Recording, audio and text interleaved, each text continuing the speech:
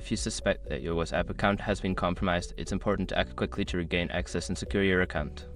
Follow these steps to recover your account. Step 1. Open WhatsApp.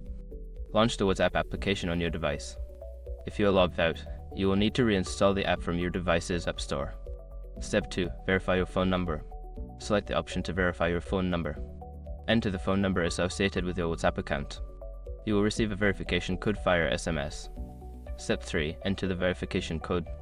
Check your SMS for the verification code sent by WhatsApp. Enter this code into the app to verify your identity and regain access to your account. Step 4. Enable two-step verification.